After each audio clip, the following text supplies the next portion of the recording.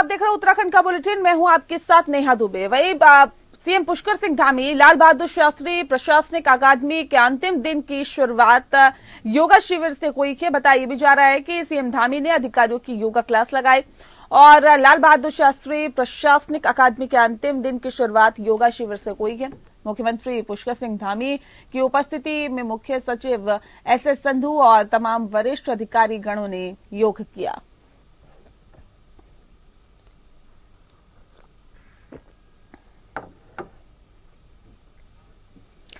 मसूरी में आयोजित चिंतन शिविर के तीसरे दिन कैबिनेट मंत्री गणेश जोशी, धन सिंह रावत, चंदन रामदास, सुबोध उनियाल मसूरी पहुंचे। मीडिया से बातचीत करते हुए धन सिंह रावत ने कहा है कि उत्तराखंड के 25 साल पूरे होने पर उत्तराखंड को देश के अग्रणी राज्य में शामिल किए जाने को लेकर लगातार काम किया जा रहा है।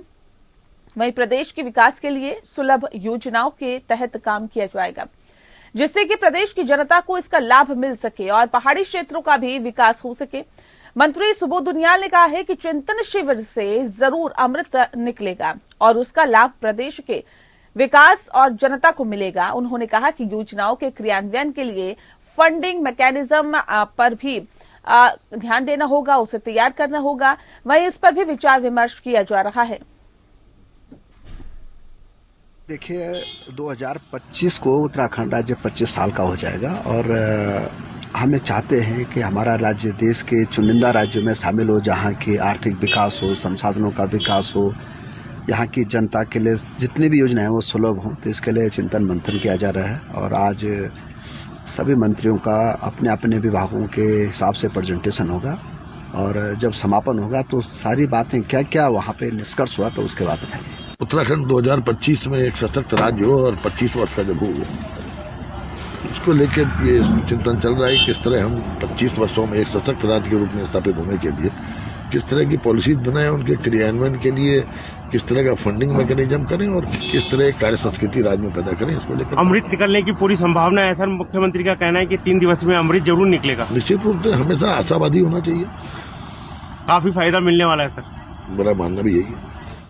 रायवाला पौराणिक देवभूमि सोसाइटी की ओर से आयोजित रायवाला महोत्सव रसियाण समलौन सांस्कृतिक मेले का मुख्य अतिथि पूर्व मुख्यमंत्री हरिद्वार सांसद रमेश पोखरियाल निशंक और पूर्व मुख्यमंत्री गढ़वाल सांसद तीरथ सिंह रावत ने दीप प्रज्वलित कर कार्यक्रम का शुभारंभ किया। महोत्सव के तृतीय दिन की संध्या में सुप्रसिद्ध लोक गायक जितेंद्र चौहान और लोक गायिका माया उपाध्याय के पारंपरिक गानों ने जनसमूह को झूमने के लिए और लोगों को काफी ज्यादा उत्साहित भी कर दिया। संस्कृति के उत्थान के लिए लगाए जाते सांस्कृतिक मेले के साथ ही मुख्य आकर्षण का केंद्र एवं स्वयं सहायता समूह ने लगाई पहाड़ी व्यंजनों के स्टॉल, बच्चे के लिए झूले भी लगाए गए। महिलाओं ने हस्तशिल्प वस्तुएं लगाई रखी। पौराणिक देवभूमि सोसाइटी के द्वारा बहुत वर्षों से हमारी संस्कृति के उत्थान की दिशा में परंपराओं के संरक्षण के लिए लगातार कार्यक्रम हो रहे हैं और एक उत्सव मनाया जाता है। आज ये समापन का कार्यक्रम है और मुझे खुशी है कि सुमन दसवाना और उनकी पूरी टीम एक मिशन मोड में बहुत वर्षों से यहाँ पर कार्यक्रम करते हैं रायवाला में और पूज्य स्वामी जी और हमारे सारे जनप्रतिनिधि और विभिन्न दलों के लोग, हम सब लोग इकट्ठा होकर के इनको बधाई देने के लिए आते हैं। और अब खबर देहरादून से, जहां दर्जनों निवेशकों और उद्योगपतियों के ठिकानों पर आयकर के छापे पड़े हैं। दिल्ली से सुबह सुबह आई आयकर अफसरों की कई टीमों के पहुंचते ही हड़कंप मच गया। मिली जानकारी के अनुसार पुलिस फोर्स मांगी गई। गुरुवार सुबह देहरादून के नेशविला रोड में के बाद एक आयकर विभाग की कई गाड़ियां पहुंची। एक साथ इतनी बड़ी संख्या में गाड़ियों के पहुंचने आसपास भीड़ जुटने उससे लग गई। कई निवेशकों और उद्योगपतियों के घर छापा पड़ा है। उनमें से अभी एमजे रेजिडेंसी के मालिक के घर पर भी छापा पड़ने की खबर सामने आई है। आयकर विभाग ने देहरादून, ऋषिकेश, दिल्ली और सहारनपुर के प्रॉपर्टी डीलर के 3 दर्जन से अधिक ठिकानों पर छापेमारी की है।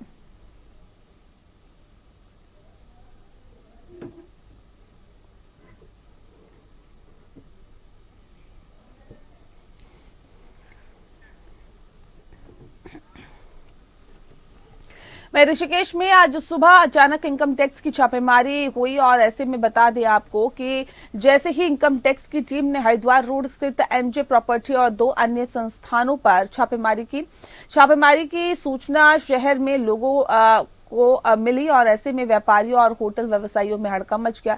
देखने वाली बात यह रही कि इनकम टैक्स के अधिकारियों के द्वारा जो छापेमारी की गई है, लेकिन आज बृहस्पतिवार है और ऐसे में आपको बता दें कि बृहस्पतिवार को ऋषिकेश के बाजार बंद रहते हैं। सुबह 6 बजे ही इनकम टैक्स की रेड पड़ने वाली है और ऐसे में बताया भी जा रहा है कि सूचना आग की तरफ फैलती हुई पूरे शहर में ये खबर फैल गई, जिससे व्यापारियों और होटल व्यवसायियों में हड़कंप मच गया। वहीं छापेमारी लगातार जारी है, मौके पर पुलिस बल मौजूद है।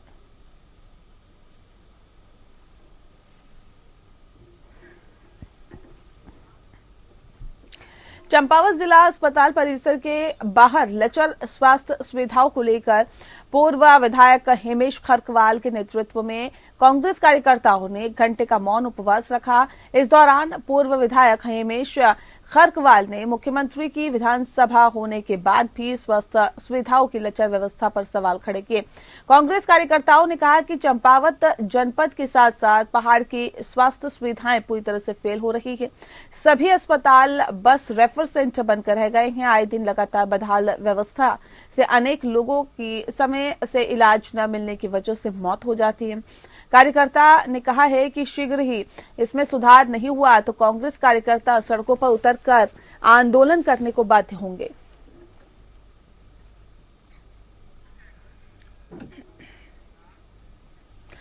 मधमहेश्वर घाटी की ग्राम पंचायत राउ लेक में 13 वर्षों बाद आयोजित पांडव नृत्य में प्रतिदिन सैकड़ों ग्रामीण शामिल होकर पुण्य अर्जित कर रही हैं। पांडव नृत्य के आयोजन से गांव का वातावरण भक्तिमय बना हुआ है। जानकारी देते हुए ग्रामीणों ने बताया है कि पांडव नृत्य में गंगा स्नान, नगर भ्रमण सहित अनेक परंपराओं का निर्वहन किया जाता रहा है। पांडव नृत्य में बाल रूप में भगवान श्री कृष्ण और द्रौपदी का नृत्य मुख्य आकर्षण का केंद्र बना हुआ है।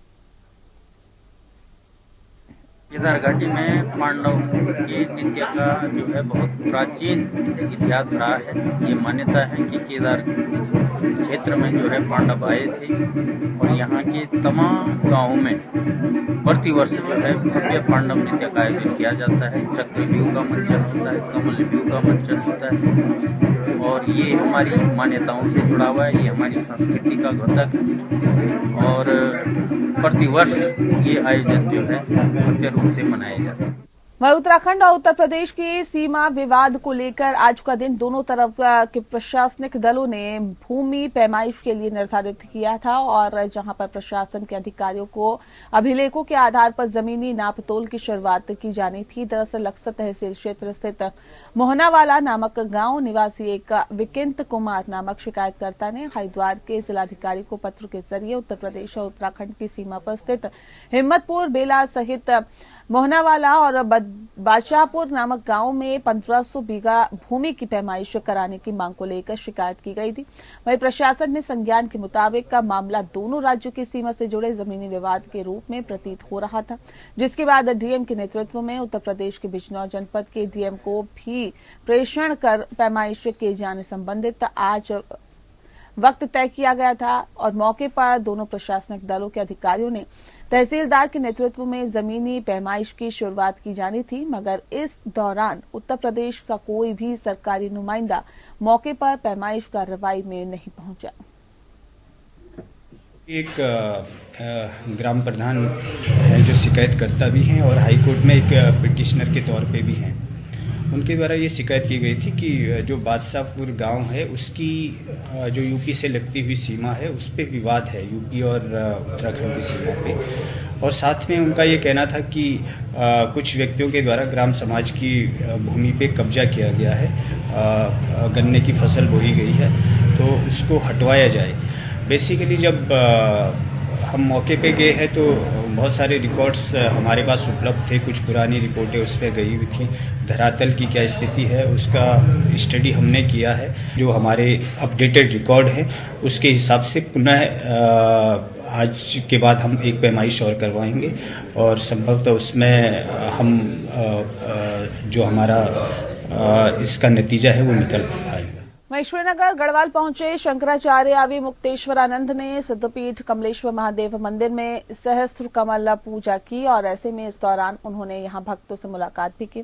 बद्रीनाथ धाम में कपाट बंद होने की प्रक्रिया के बाद जोशीमठ समेत हरियाली देवी और क्षेत्रों का भ्रमण कर शंकराचार्य श्रीनगर गढ़वाल पहुंचे और आपको बता दें कि यहां पर रात्रि विश्राम के बाद सुबह उन्होंने कमलेश्वर महादेव की पूजा अर्चना की। मीडिया से वार्ता करते हुए उन्होंने बताया कि दशनामी समाज को अंकित करने के लिए जो समिति बनाई जा रही है उसके विश्व प्रमुख की जिम्मेदारी कमलेश्वर मंदिर के महंत को दी गई है। साथ ही उन्होंने अंकिता हत्याकांड और हत्याकांड को लेकर कहा कि जिस संस्कृति में माता बहनों की पूजा की जाती थी उस देश में क्या हो रहा है ये सोचनीय विषय है।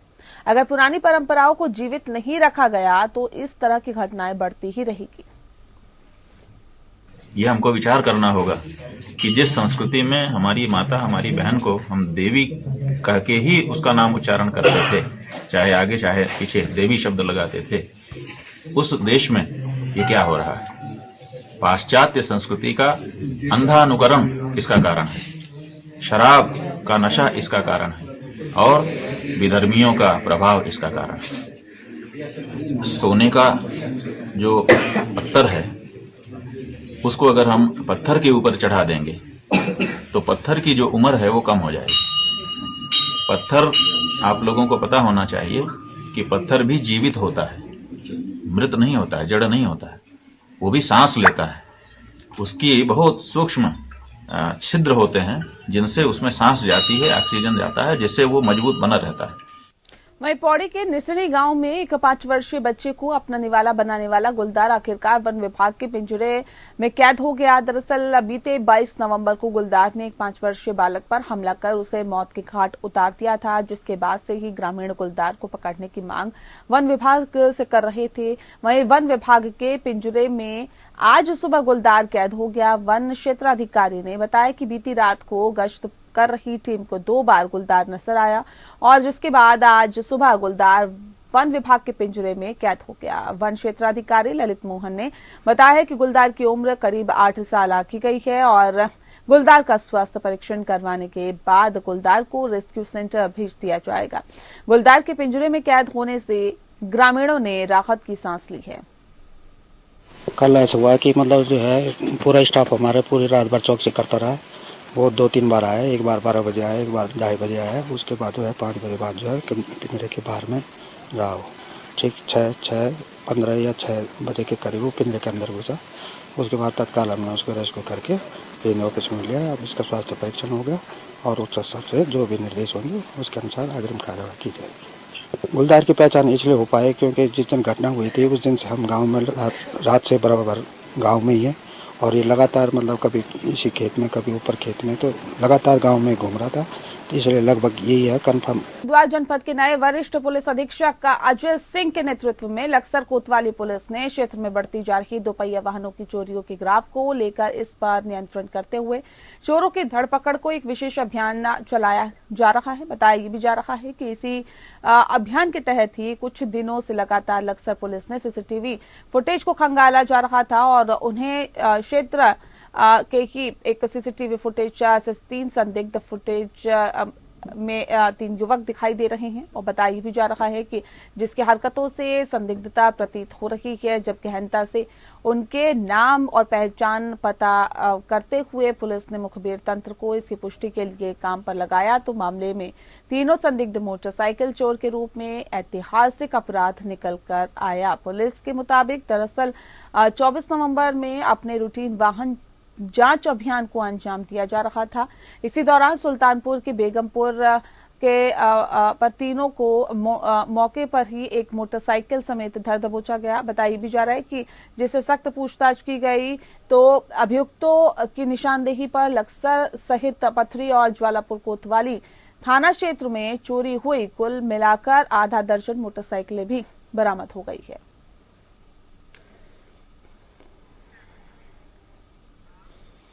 वहीं उधम सिंह नगर की पुलभट्टा थाना पुलिस को बड़ी कामयाबी मिली है। आपको बता दें कि पुलिस अवैध रूप से चरस की तस्करी करने वाले 2 तस्करों को गिरफ्तार कर चुकी है। एएसपी मनोज कात्याल ने बताया है कि पुलभट्टा थाना एसओ के नेतृत्व में टीम ने कार्रवाई करते हुए चरस तस्कर जसवंत सिंह एवं जसविंदर सिंह निवासी नानकमत्ता को 1 किलो 700 ग्राम चरस, एक मोटरसाइकिल, एक मोबाइल के साथ गिरफ्तार किया है। उन्होंने कहा कि मुख्यमंत्री पुष्कर सिंह धामी के निर्देश पर प्रदेश को नशा मुक्त बनाने के जनपद की पुलिस लगातार अवैध नशे का कारोबार करने वालों के खिलाफ कार्रवाई कर रही है। प्रदेश को 2025 तक नशा मुक्त बनाया जा सके। लगातार अभियान नशे के विरुद्ध चल रहा है। उत्तराखंड को 2025 तक नशा मुक्त राज्य बनाने के उद्देश्य से हम लोग काम कर रहे हैं और इसी क्रम में एक बड़ी बरामदगी कल हम लोगों के द्वारा की गई है। इसमें 1 किलो 700 ग्राम अवैध चरस बरामद हुई है, जिसमें जसवंत और जसविंदर नाम के 2 अभियुक्तों को, जो कि थाना नानकमत्ता क्षेत्र के निवासी, इन्हें गिरफ्तार किया गया है। इनसे एक मोटरसाइकिल भी बरामद हुई है और साथ में एक मोबाइल फोन भी बरामद हुआ है। और ये लोग जो है इस नशे की खेप को कहाँ से ला रहे थे और कहाँ ले जा रहे थे, इस नशे में भी हम लोगों ने गहनता से जानकारी की है और इसमें भी जिन लोगों के नाम प्रकाश में आए उन पर शीघ्र कार्रवाई उन पर भी की जाएगी।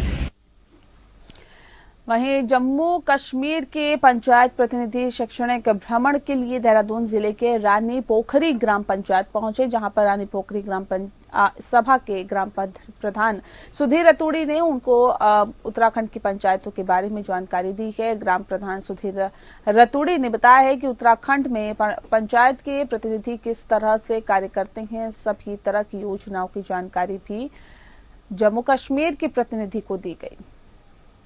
में हमारी पंचायतें अभी सक्षम नहीं है, क्योंकि हम लोग करना तो बहुत कुछ चाहते हैं। एक तो वहाँ सिक्योरिटी रीजन, थर्ड, और दूसरा जब भी हम करना चाहें तो हमें ऊपरी लेवल के जो ऑफिसरान हैं वो सपोर्ट नहीं करते हैं। ठीक है। और जब कहीं हमें मतलब स्टेट लाइन मिलती है, हम चाहते हैं उसमें कोई हम बड़ा प्रोजेक्ट बनाए, उसके लिए ना तो हमें तहसीलदार साहब सपोर्ट करते हैं, ना डीसी साहब सपोर्ट करते हैं, तो हम अकेले सरपंच क्या कर सकते हैं उसमें।